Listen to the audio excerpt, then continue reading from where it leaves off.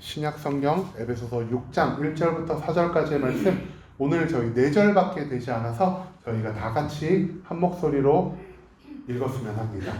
자, 에베소서 6장 1절부터 다 같이 한 목소리로 성경 읽도록 하겠습니다.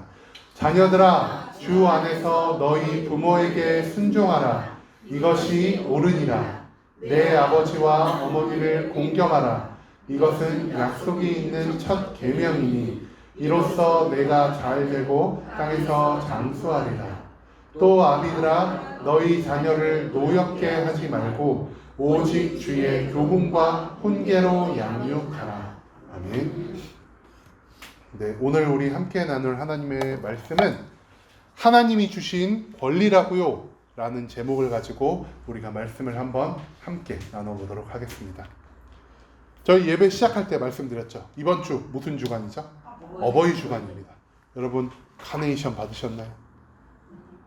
카네이션, 저도 저희 부모님한테 카네이션을 드리려고 그랬는데 그거 받기 싫다 그래가지고 카네이션 못 드렸습니다. 이번에 카네이션 어릴 때는 이렇게 실제로 저희가 돈 주고 카네이션 사지도 않았죠. 유치원이든 초등학교든 뭐 중학교까지는 접어서 이렇게 카네이션 땡전 한 푼 없이 어버이날 퉁 할 수 있었는데, 이제는 저희가 선물도 준비하고 뭐 편지를 준비하는 친구도 있고 꽃을 준비하는 친구도 있고, 그렇게 다 같이 이렇게 준비하는 마음에 어버이날 아니면 또 언제 부모님께 엄마 아빠 사랑해요 그리고 선물도 드리고 이런 시간을 가질 수 있겠습니까? 이렇게 저희가 기쁘고 즐겁게 어버이날을 보냈습니다. 세상의 행사이지만 우리가 이 어버이날을 통하여 기쁨과 사랑을 나누며 잠시나마 이 세상 속에서 하나님이 우리에게 주신 부모님 그리고 우리에게 허락하신 자녀들을 통해 기쁨과 즐거움을 느낄 수 있는 그런 시간이 되길 소망하는 마음에서, 늦게 오신 분들 못 들으셨을까봐 다시 한번 말씀을 드리면은, 저기 뒤쪽에 보시면은 빨간 쇼핑백이 있거든요. 저기에 저희가 어린이날 된다. 어버이날 선물을 저희가 준비를 했으니 예배 마치고 나가시면서 하나씩 받아가시면 될 것 같습니다. 어버이날을 생각하면서 이제 어버이 주일에 어떤 설교를 하면 좋을까 이렇게 생각을 하다 보니까 에베소서 오늘 6장의 말씀이 떠올랐습니다. 이 6장 말씀, 부모님들이 자녀를 키울 때 굉장히 좋아하시는 말씀 중 하나거든요. 이 말씀을 통해서 우리가 오늘은 하나님이 부모와 자식 간에 어떠한 질서를 만들어 놓으셨고 하나님이 보기에 기쁘고 즐거워하시는 부모와 자식의 관계가 어떤 것인지 우리가 한번 말씀을 나눠봤으면 합니다. 여러분, 에베소서 하면은 떠오르는 게 있으신가요? 막상 에베소서 하면은 애매하거든요. 일단은 신약인 것 같기는 한데 너무 신약의 지명 이름이 많이 나와서 뭐 빌립보서도 있고 에베소서, 고린도전서, 데살로니가전서 막 이런 식으로 지명이 너무 많이 나와가지고 에베소서 하면은 특별히 우리가 생각나는 게 많이 없을 줄 압니다. 그래가지고 저희가 오늘 지도를 한번 준비를 해봤습니다. 영어로 돼가지고 좀 읽기가 힘들죠. 여기가 예루살렘, 여기가 성경을 좀 읽으신 분들은 아시는 그 다메섹, 그리고 여기는 안티옥 교회, 그리고 여기는 갈라디아 지방이라고 합니다. 그리고 여기에 골로새서가 쓰인 골로새 지방, 그리고 여기가 에베소, 그리고 여기는 고린도, 여기는 데살로니가, 여기는 빌립보, 그리고 또 끝에 보이는 거 있으시죠? 여기가 바로 로마입니다. 에베소 지역은 이 소아시아라는 지역에 속하는 곳입니다. 소아시아 지역은 요 초록색 네모칸 쳐진 거 보이시나요?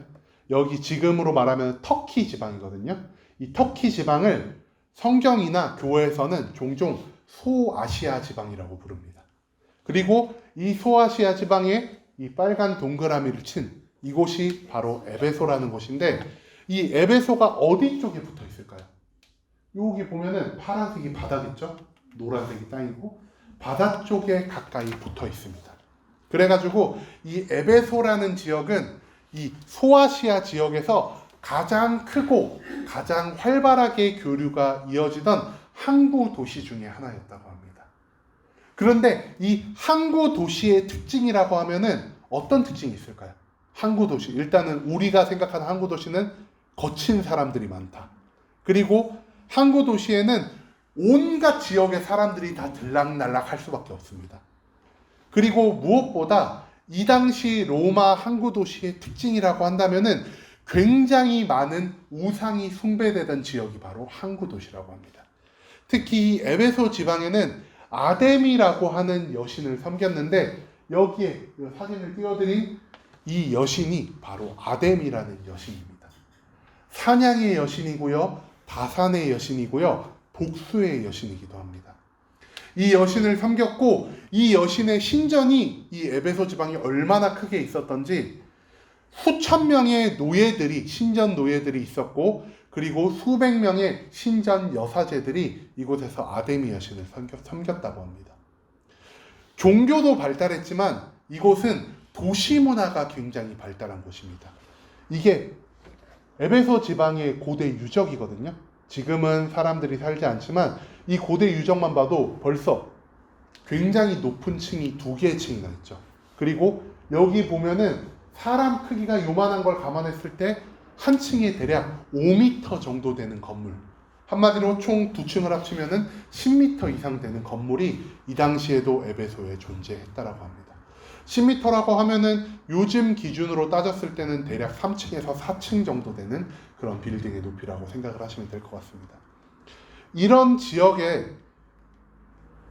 지역에서 제일 발달한 것 중에 하나가 무엇이었냐? 도시 문화였습니다. 도시 문화. 도시 문화라고 하면은 여러분 제가 그림을 하나 띄워드릴 텐데 이게 뭐로 보이나요? 네, 피라미드. 도시 문화는요 어떤 문화냐? 피라미드 문화입니다. 로마 전체를 바라봤을 때 이 제일 꼭대기에 있는 사람이 누구였을까요? 네, 황제였습니다. 그리고 그 아래에는 누가 있었죠? 귀족들. 그리고 그 아래는 평민들. 그 아래는 이방인들이랑 노예들이 있었습니다. 이방인들은 로마에서 누가 이방인들이었을까요? 이스라엘 백성들이 로마 당시에는 이방인에 속해 있었습니다. 그래서 이 당시에 에베소에 사는 이스라엘 백성들은 가장 천한 노예와 동등시되는 하층민 중 하나였습니다. 이거는 이제 로마를 전체로 두고 볼 때 이런 피라미드 구조가 형성이 되고, 두 번째로 사회적으로 봤을 때 사회적인 피라미드도 있었습니다. 요즘은 부자들이 제일 꼭대기에 있죠. 부자들, 권력을 가진 사람들이 제일 꼭대기에 있었지만 이 당시에 로마에서는 약간 달랐습니다. 제일 꼭대기에 있었던 사람들, 엘리트라고 불리는 사람들이었는데요. 이 사람들은 어떤 사람들이었냐? 로마의 문화와 로마의 교육 중에서 고급 중에 고급 교육을 이수한 사람들. 귀족 중에서 높은 귀족들이나 왕족들이 이 엘리트 집단에 속해 있었고, 그 다음에는 로마의 일반적인 소학교, 중학교를 나온 그런 시민들을 일반 교육을 받은 사람들이 그 밑에 있었고, 그 밑에는 학교를 다니지 못했지만 로마의 문화 안에서 가정교육을 받았던 사람들. 그리고 제일 밑에 어떤 사람들이 있었냐? 로마의 문화와 교육 제도에 따라서 올바른 교육을 받지 못한 사람들이 있었습니다. 여기에 마찬가지로 이스라엘 백성들이 속해 있었습니다. 왜냐? 이스라엘 백성들은 로마의 교육을 거부했습니다. 로마의 교육을 받으려면은 제일 먼저 뭘 배워야 되냐? 로마의 황제가 신이다라는 걸 인정을 해야 했습니다. 하지만 이스라엘 백성들에게 제일 중요한 건 무엇이었냐? 우리의 신은 로마의 황제가 아니라 우리를 창조하시고 우리를 다스리시는 하나님이시다. 이거를 갖고 있었기에 이스라엘 백성들은 로마의 교육기관에서 교육을 받을 수 없었다고 합니다. 그래서 이스라엘 백성들은 아까도 이방인이어서 제일 하층민이었지만 문화적으로 교육적으로 봐도 로마의 교육을 받지 못해 제일 하층민에 속한 사람들이 대다수였다는 거죠. 마지막입니다. 도시 문화의 이것은 황제, 계급이나 문화에만 포함되는 것이 아니라 가족 구성원에게도 적용이 됩니다.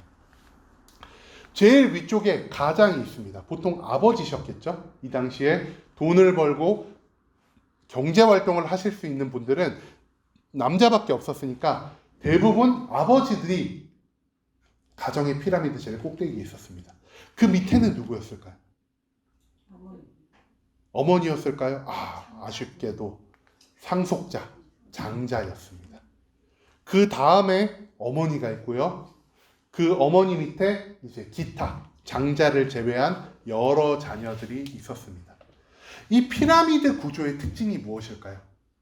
요즘도 다단계 하면은 요 피라미드라고 해가지고 유명하죠. 근데 피라미드의 특징 무엇이냐? 위에 있는 사람이 제일 많은 것을 가져갑니다.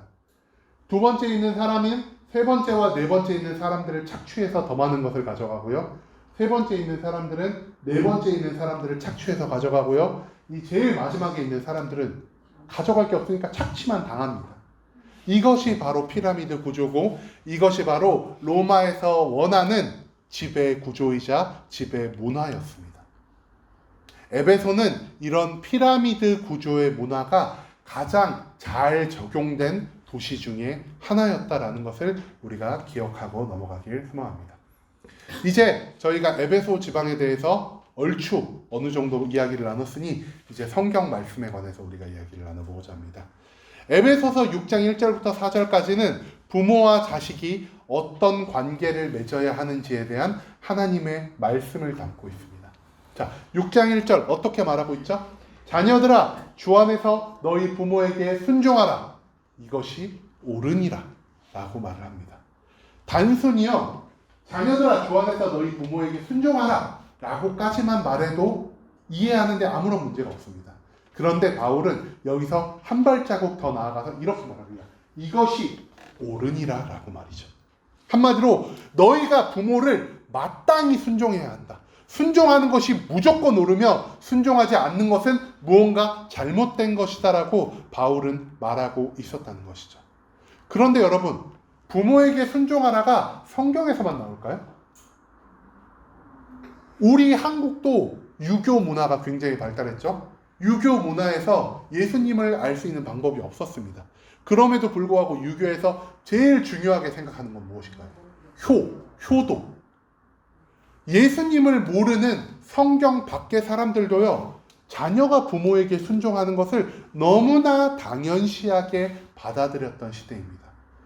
그런데 성경에서 굳이 이걸 또 말할 필요가 있을까요?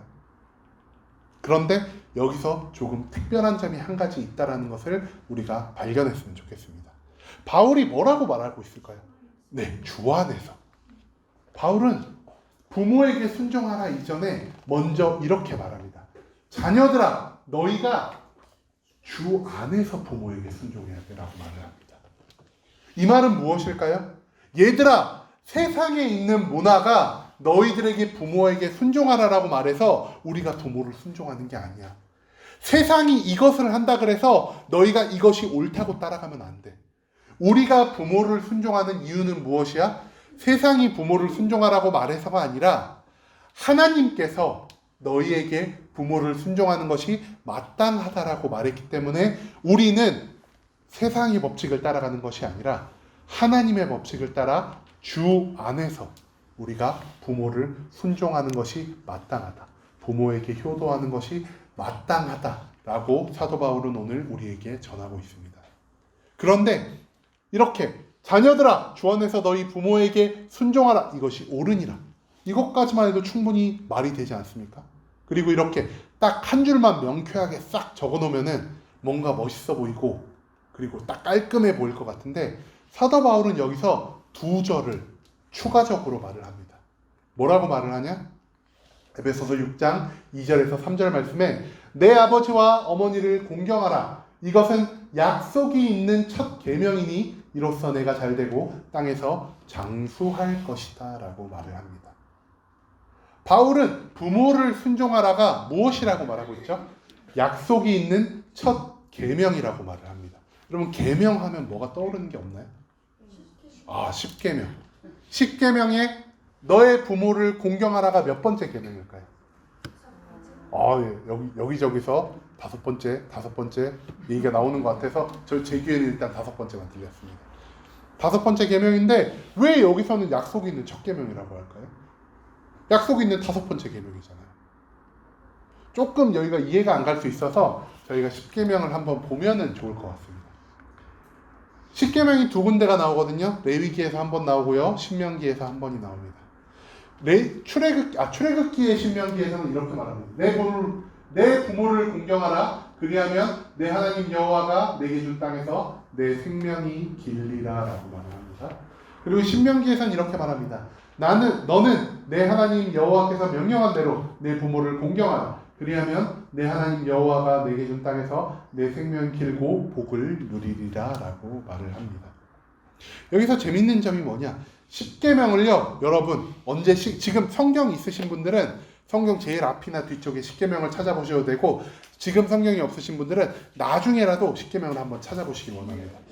십계명이 재밌는 점이 뭐냐? 십계명은요, 명령으로만 이루어져 있습니다. 가령 예를 들어 내 하나님 한 분만을 믿어라, 우상을 새기지 말아라, 안식일을 거룩히 지키라, 하나님의 이름을 망령되이 일컫지 말아라, 이런 식으로 십계명은 명령으로만 이루어져 있습니다. 왜냐하면 계명이니까. 지켜라, 지키지 않으면 벌을 받을 것이다.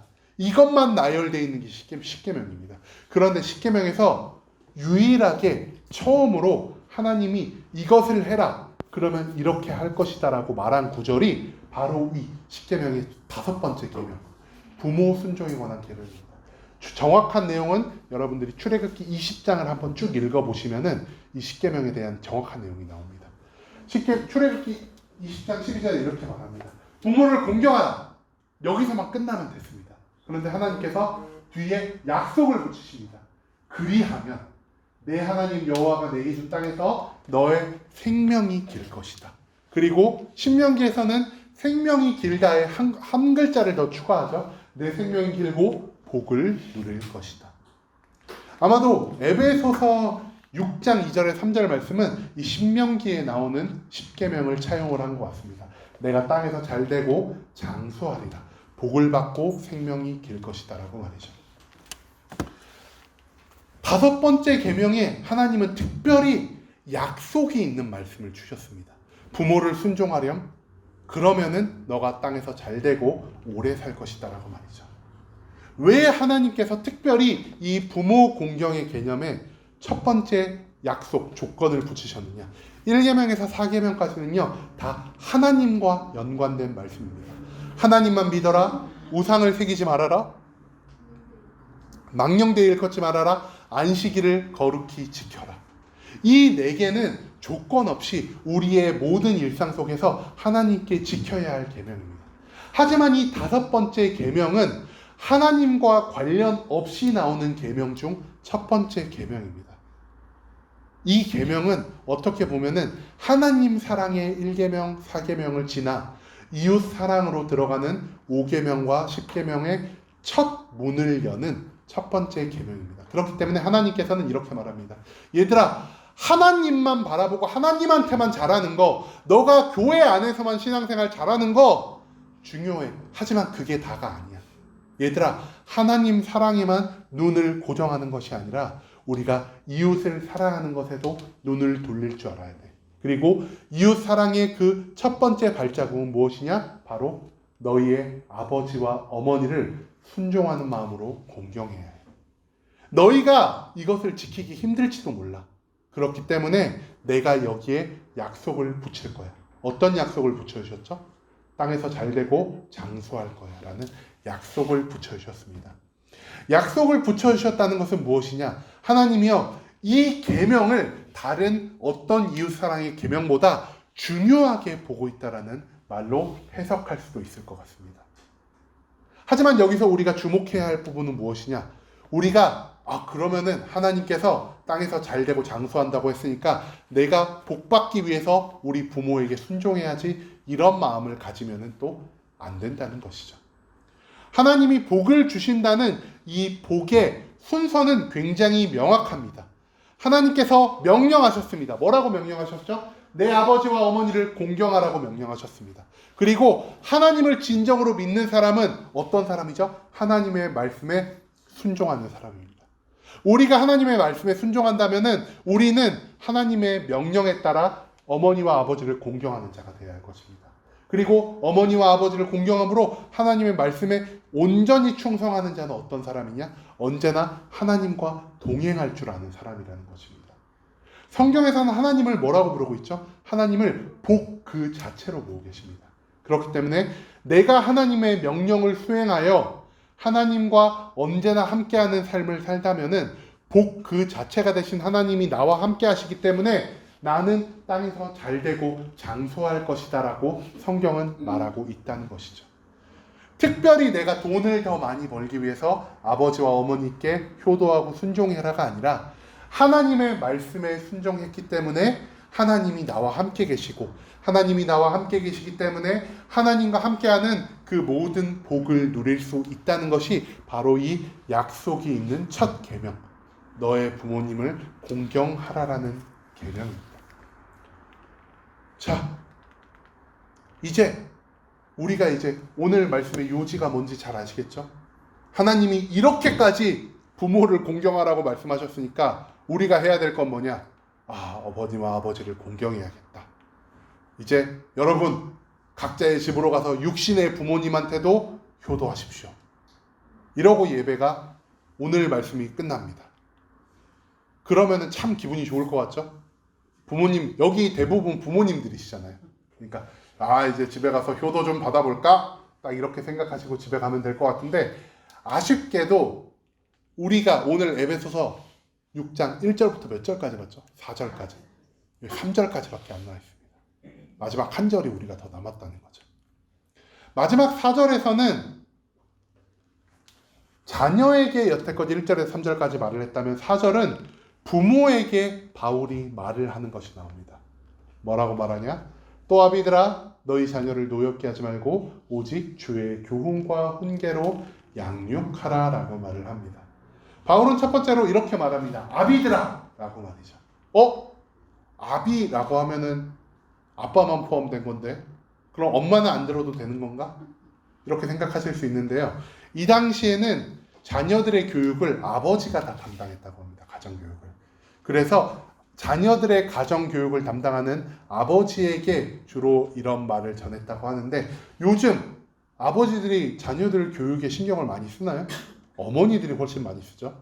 그래서 여기에 아비드라라고 한 말 그냥 요즘 우리가 보면은 아버지와 어머니들아, 부모들아 라고 우리가 이해를 하면 될 것 같습니다.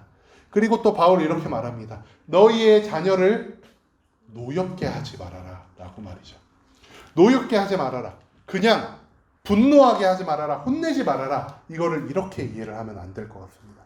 여기서 노엽게 하지 말아라는 의미를 가지고 성경학자들이 이걸 어떻게 해석을 해놨을까? 제가 한 8명 정도가 되는 성경학자들의 이 노엽게 하지 말아라는 해석을 다 찾아봤는데 이들이 이렇게 말을 합니다. 지나친 요구나 욕심으로 자신의 자녀를 마귀에게 빠지게 만들 분노의 기회를 제공하지 말아라라고 합니다. 즉 여기서 노엽게 하지 말아라는 무엇이냐? 자녀를 결국 키우시는 것은 너가 자녀를 다 키우는 게 아니라 하나님이 자녀를 키우는 거고 우리 부모들은 하나님께 자녀를 키울 일종의 권한을 위임받아서 자녀를 키운다는 것이죠. 그렇기 때문에 우리의 부모의 역할은 하나님의 역할을 넘어서면 안 된다는 것입니다. 하나님이 우리에게 주신 부모의 역할까지만 우리가 감당하며 자녀들을 잘 양육하는 것이 부모에게 주어진 하나님의 책임이다 라고 말을 하는 것이죠. 그러면은 이 노엽게 하지 말 것을 피해서 우리가 어떤 것을 해야 될까? WBC 주석의 앤드류 T 링컨이라는 신학자는 이렇게 자녀를 노엽게 하지 말아야 할 9가지 요소에 대해서 적어 놓았는데 첫 번째가 과도한 훈육. 지나치게 애들 자꾸 훈육하고 뭐라고 그러면서 기를 죽이지 말아라. 두 번째로 비합리적인 요구. 내가 무조건 부모니까 무조건 해! 내 말이 무조건 오라! 이런 거 하지 말아라. 그리고 권위의 남용. 어디 자녀가 부모에게 이런 말을 해. 이런 것 하지 말아라. 그리고 독선적인 태도. 자녀가 어떤 말을 하든 듣지 않고 무조건 내 뜻만 몰아붙이는 것. 그리고 다섯 번째로 불공평한 태도. 내가 좋아하는 자녀한테는 먹을 거를 많이 주고 나한테 잘못했거나 미워하는 자녀에게는 먹을 것을 하나도 안 주고 이런 불공평한 태도 하지 말아라. 그리고 여섯 번째, 지나친 잔소리. 이것도 좋은 것이 아니다. 일곱 번째, 모욕적인 언사. 자녀를 무시하고 깔보고 내리까는 듯한 그런 말을 하지 말아라. 그리고 8번째, 지나치게 자녀한테 나의 감정을 투사하면서 너는 자녀니까 무조건 이 말도 들어줘야 되고 이 감정도 받아줘야 되고 이런 거 하지 말아라. 마지막 9번째로 지나치게 무감정으로 대하지 말아라. 이 9가지를 통해서 너가 자녀를 사탄에게 넘어갈 수 있는 분노에 빠지게 하지 말아라 라고 성경은 말하고 있습니다. 자, 그 다음에 마지막으로 부모들에게 바울은 어떻게 말하고 있냐. 또 아비들아 너희 자녀를 노엽게 하지 말고 오직 주의 교훈과 훈계로 양육하라라고 합니다. 아까 우리가 첫 번째 봤을 때 자녀들아 누구 안에서 부모에게 공경하라? 주 안에서. 마지막 말씀도 뭘로 교훈과 훈계로 양육하라? 주의 교훈과 훈계로 양육하라라고 합니다.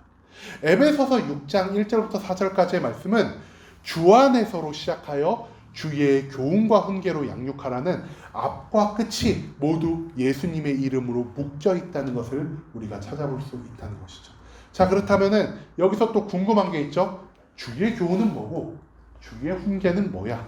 우리가 궁금할 수 있어서 이 부분에 대해서 잠깐 준비를 해봤습니다. 교양과 훈계 두 단어가 나오는데요. 첫 번째로 교양은요, 사랑하는 마음으로 너가 오래 참으며 자녀를 양육하라, 교육하라라는 말입니다. 여기서의 교육은 세상적인 학문뿐만 아니라 하나님에 대한 말씀도 너희가 오래 참고 사랑하는 마음을 갖고 자녀를 양육하라라는 것으로 우리가 이해를 해야 할 것입니다. 근데 교양뿐만이 아닙니다. 여기서는 훈계도 말하고 있습니다. 훈계는 무엇이냐? 교양이 사랑과 오래 참음, 어떻게 보면은 온화한 부모님의 모습을 상징한다면은 이 훈계는 자녀를 사랑하지만 그럼에도 불구하고 자녀가 잘못된 길로 갈 때 엄격한 모습을 보여주는 부모의 모습도 필요하다라고 말하고 있다는 것이죠. 이 엄격함에는 자녀에게 충고하고 자녀를 질책하고 때로는 자녀가 너무 엇나간다면은 회초리를 들어서라도 자녀를 체벌해서 올바른 길로 인도하는 그 방법까지 포함이 되는 것이고요. 이것은 잘못을 바로잡으면서 자녀를 올바른 길로 인도하는데 그 목적이 있다고 할 수 있습니다. 여러분, 저희가 저번 주 말씀 혹시 기억나시나요? 경외함에 대해서 말씀을 했죠. 경외함에는 두 가지 감정이 동시에 들어있다라고 했습니다. 첫 번째는 사랑이고 두 번째는 심판입니다. 여기도 보면은 교양은 사랑의 감정에 조금 더 가깝습니다. 그리고 이 훈계는 심판의 개념에 조금 더 가깝다고 볼 수 있죠. 하나님이 공의와 사랑 두 가지의 성격을 모두 가지신 것처럼 자녀들을 양육할 권한을 위임받은 부모도 너무 자녀를 사랑만 하기만 해서도 안 되고 너무 자녀를 훈육만 하기도 해서도 안 된다라는 것을 바울은 말하고 있습니다. 하나님이 사랑과 공의의 두 가지 성격을 모두 가졌듯 너희 부모들도 자녀를 양육함에 있어서 사랑과 공의의 두 가지 성격을 모두 가지고 자녀를 양육해라 라고 성경은 말하고 있다는 것이죠. 자, 이제 말씀을 정리를 해보겠습니다. 자녀의 책임이자 부모의 권리는 무엇입니까? 바로 순종과 효도입니다. 자녀의 책임은 온전한 마음으로 부모에게 순종하고 부모에게 효도를 하는 것이고, 부모의 권리는 무엇입니까? 자녀의 순종과 효도를 내가 있는 그 자리에서 온전한 마음으로 받아들이는 것이 부모의 권리입니다. 자, 반대로 부모의 책임이자 자식의 권리는 무엇일까요? 부모의 책임은 주 안에서 사랑과 공의의 마음을 가지고 자녀를 올바르게 양육하는 것. 그리고 자녀들은 부모가 자녀들에게 베풀어주는 사랑과 공의의 마음을 온전히 남김없이 받아들이는 것. 자녀 또한 권리가 있다는 것이죠. 부모의 사랑을 받을 권리, 부모의 훈계를 들을 두 가지 모든 권리가 있다는 것입니다. 바울은 에베소서 6장 1절에 4절에서 부모의 권리만을 말하고 있지 않습니다. 부모의 권리를 말하면서 자식의 책임을 동시에 말하고 있고요. 자식의 권리를 말하면서 부모의 책임에 대해서 동시에 말하고 있다는 것. 즉, 권리만을 요구하지도 않고요. 책임만을 요구하지도 않습니다. 바울은 부모와 자식 간의 관계 사이에서 부모에게도 권리와 책임이 있는 것처럼 자녀들에게도 권리와 책임이 있다는 것을 동시에 강조하고 있다는 것입니다. 여러분 우리 도시 문화 하면서 이거 말씀드린 거 기억나죠? 피라미드. 피라미드의 꼭대기는 누가 있을까요? 강한 사람이 있습니다. 그리고 피라미드의 아랫부분에 누가 있죠? 약한 사람이 있죠. 그런데요, 이 피라미드는 아까도 말씀드린 독특한 문화가 있습니다. 위에 군림하는 강자들은요, 모든 것을 가질 권리만을 가지고 있다는 것이죠. 그리고 이 피라미드 아래에 있는 사람들은 권리를 전혀 누리지 못하고 내가 이 권리를 충족시켜줘야 할 책임만을 가지고 있다는 것입니다. 그래서 고대 로마 사회에서도 부모에게 공경하라라는 말 분명히 존재했습니다. 하지만 그 말 속에 들어간 뜻은 무엇일까요? 나는 부모야. 나는 이 가정을 모두 책임지고 이 가정을 먹여 살리는 돈을 잘 버는 가장이기 때문에 나는 무조건 너희들에게 순종과 효도를 받을 권리가 있어라고만 말을 했다는 것이죠. 반대로 자녀들은 어떻습니까? 우리 아버지가 부자고 우리 아버지가 돈이 많으니까 무조건 나는 아버지께 사랑받을 권리도 없고 훈육받을 권리도 없고 무조건 아버지께 순종과 효도로 책임만을 져야 해 라는 것이 세상의 문화에 녹아 있었다는 것이죠. 하지만 이 세상의 피라미드 구조를 예수님께서는 완전히 180도 회전시키셨습니다. 예수님의 세계, 하나님 나라는 역피라미드 구조입니다. 가장 많은 수를 차지하는 약자들이 이 위에 존재하고요. 강자들은 가장 낮은 곳에 위치합니다. 제자들이 예수님 앞에 나와서 예수님, 내 아들 2명이 예수님 제자인데요. 한 명은 예수님 왼쪽에 앉게 해주시고 한 명은 예수님 오른쪽에 앉게 해주세요. 라고 했을 때 제자들이 막 분노했다고 합니다. 내가 예수님 오른편에 앉을 건데 내가 예수님 오른편에 앉아서 더 높은 지위에서 내 권리를 마음껏 누릴 텐데 라고 하면서 제자들이 그 말에 분노했습니다. 그때 예수님 뭐라고 하셨습니까? 아니다. 천국에서는 가장 높이 있는 자가 가장 낮은 자리에서 모든 사람을 섬기는 자가 가장 높은 자다. 세상의 문화와 하나님 나라의 문화가 정반대라는 것입니다. 하나님 나라에서 약자는 권리와 책임을 동시에 부여받습니다. 약자가 세상에서는 책임을 져야 하고 내가 희생만 해야 하지만 하나님 나라에서 약자는 희생만 하는 것이 아니라 이 약자의 자리에서 내가 누릴 수 있는 권리와 권한을 보장받을 수 있는 것이 바로 하나님 나라의 법칙이라는 것이죠. 반면에 강자는 어떻습니까? 강자는요, 권리보다 책임만이 강조되는 것이 하나님 나라에서 강자의 역할이라고 할 수 있습니다. 이 대표적인 것이 성경에서 누구로 표현이 되죠? 예수 그리스도. 내가 하나님의 아들로서 이 세상을 모두 다스릴 수 있고 모든 권능을 부여할 수 있고 죽지 않을 수도 있었고 십자가에서 고통받지 않을 수도 있었지만 예수님은 그 하나님의 아들이라는 세상을 창조했다는 창조주라는 모든 권리를 포기하십니다. 그리고 자기가 십자가에 못 박힌 유월절 어린 양이 되어서 이 세상의 모든 사람들의 죄를 사해주는 책임만을 지시며 자기의 모든 인생을 시작부터 마지막까지 하나님께 온전히 바친 자가 되었습니다. 이것이 바로 하나님의 법칙이자 하나님 나라의 법칙이라는 것입니다. 여러분, 우리가 복종해야 할 대상이 무엇일까요? 어떤 부모는 이 에베소서 6장 1절부터 3절까지의 말씀만 가지고 자녀가 말을 안 들을 때 이렇게 말합니다. 야! 성경에서 뭐라 그랬어? 부모에게 순종하라 그랬지. 부모에게 공경하라 그랬지. 부모에게 복종하라 그랬지. 이렇게 말을 합니다. 그런데 자녀들도 요즘 머리가 잘 돌아가거든요. 에베소서 6장 4절 말씀을 보고 자녀들은 반대로 부모에게 버럭합니다. 엄마! 자녀를 노하게 하지 말라 그랬지. 어디 나한테 화를 내고 있어. 나 이러다 노해. 이런 식으로 서로가 자신들의 권리만을 주장하고 있다는 겁니다. 그러면서 오늘 말씀의 제목대로 뭐라 그러죠? 상대방에게 야! 이거 하나님이 나한테 주신 권리야. 너한테 효도받고 너한테 순종받는 거 하나님이 나한테 주신 권리란 말이야. 자녀들은 반대로 말하죠. 엄마! 나 화내게 하지 마. 하나님이 나한테 주신 권리야 이거. 이렇게 말하면서요, 서로 책임은 등한시하고 오직 권리만을 바라보고 있다는 것입니다.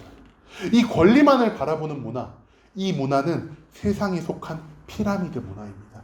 내가 너보다 더 높이 있어서 나는 내 권리만을 받을 거야. 책임은 하나도 안 지고 내가 받을 것만 받고 싶어 라고 하는 것은 세상의 문화라는 것입니다.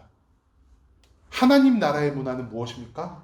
우리가 권리보다는 내가 져야 할 책임이 무엇인지 먼저 보는 것이 바로 하나님 나라의 문화라는 것이죠. 우리는 어디 속해 있는 사람입니까? 우리는요, 하나님 나라에 속한 사람입니다. 우리가 만약에 세상에 속한 사람이라면은 세상의 문화는 똑같이 따라가도 됩니다. 부모로서의 권리를 마땅히 주장하기 위해 자녀를 마음껏 억누르고 자녀에게 마음껏 순종과 효도를 아무 대가 없이 요구하는 거, 세상에 속한 문화라는 거. 우리가 세상에 속한 사람이라면 그거 마음껏 누리고 사셔도 상관없습니다. 만약에 자녀로서 우리가 세상에 속한 사람이라면은 엄마 나 화나게 하지 마 하고 엄마한테 마음껏 반항하고 아빠한테 마음껏 반항하면서 우리가 나의 권리만을 추구하며 살아가는 건 나쁘지 않은 선택입니다. 하지만 우리는요, 예수 그리스도를 하나님의 아들로서 예수 그리스도가 나의 죄를 사하기 위해 십자가에 못 박혀 돌아가셨다는 것을 믿는 하나님 나라의 백성이라는 사실을 우리가 잊지 않기를 원합니다. 하나님 나라의 백성, 우리는 하나님 나라에 소속해서 살아가는 사람들이라는 것입니다. 하나님 나라에 소속해서 살려면은 무엇을 따라야 합니까?